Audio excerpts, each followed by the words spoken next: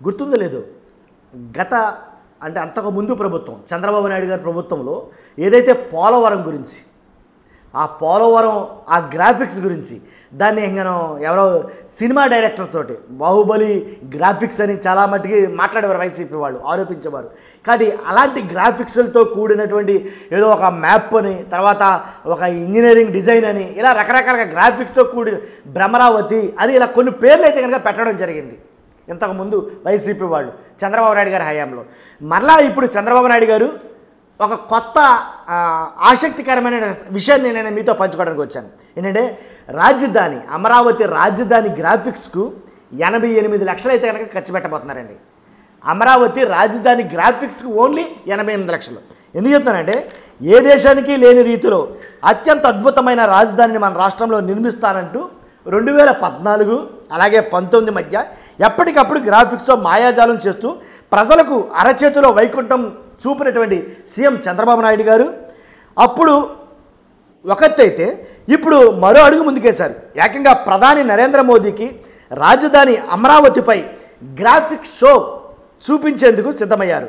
ఆ గ్రాఫిక్స్ తయారీకి ఆ గ్రాఫిక్స్ షో ఏదైతే మోదీ గారికి చూపించాలనుకున్నారో దాని నిమిత్తం ఆ గ్రాఫిక్స్ తయారీకి 88,50,000 అంటే ఇంచుమించుగా 88 లక్షల ఖర్చుతోటి సిఆర్డీఏ శనివారం ఆసక్తి వ్యక్తీకరణ ప్రతిపాదనకు టెండర్ నోటిఫికేషన్ జారీ చేసింది.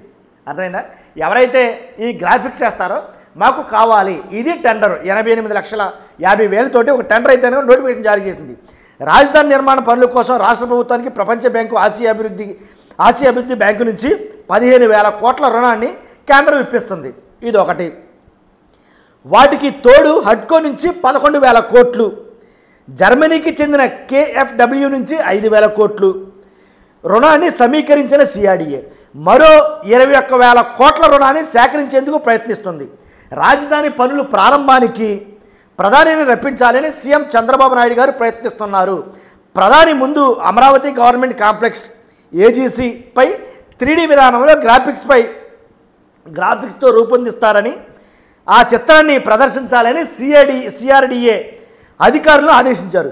దీంతో గ్రాఫిక్స్ షోను రూపొందించే పనులకు సిఆర్డీఏ ఆసక్తి వ్యక్తీకరించడంతో ఆ ప్రతిపాదనకు టెండర్ నోటిఫికేషన్ అయితే కనుక జారీ చేయడం జరిగింది. ఈ టెండర్ బిడ్లు దాఖలకు 5 రోజులే గడువు ఇచ్చింది. ఆసక్తి ఉన్నవారు ఈ నెల 16వ తేదీలోపు బిడ్లు దాఖలు చేయాలని నిర్దేశించడం కూడా జరిగింది. అదే రోజున బిడ్లను తెరిచి అర్హత ఉన్న వారికి పనులు అప్పచెప్పబోతుంది. ఇది గ్రాఫిక్స్ కోసం ఖర్చు పెట్టే 88 లక్షలు. అర్థమైంది కదా మీకు? కాబట్టి ఇదే విషయం. అమరావతి గురించి 88 లక్షలు అయితే కనుక గ్రాఫిక్ డిజైన్ కోసం మన రాష్ట్ర ప్రభుత్వం ఖర్చు పెట్టబోతుంది. చూస్తున్న మీరు అందరూ కూడా మీ అభిప్రాయం ఏంటో కూడా తెలియజేయండి. ఖచ్చితంగా 100% మీ అభిప్రాయం నేను గౌరవిస్తాను. అంతేకాదు కొత్తగా చూస్తుంటే కనుక మన ఛానల్ పక్కాగా సబ్స్క్రైబ్ చేయండి. ఫస్ట్ లైక్ చేయండి, నాకు మోటివేషన్ ఉంటుంది. అలాగే ఇన్ఫర్మేషన్ ఎక్కువ మంది షేర్ అవుతుంది. Thank you very much.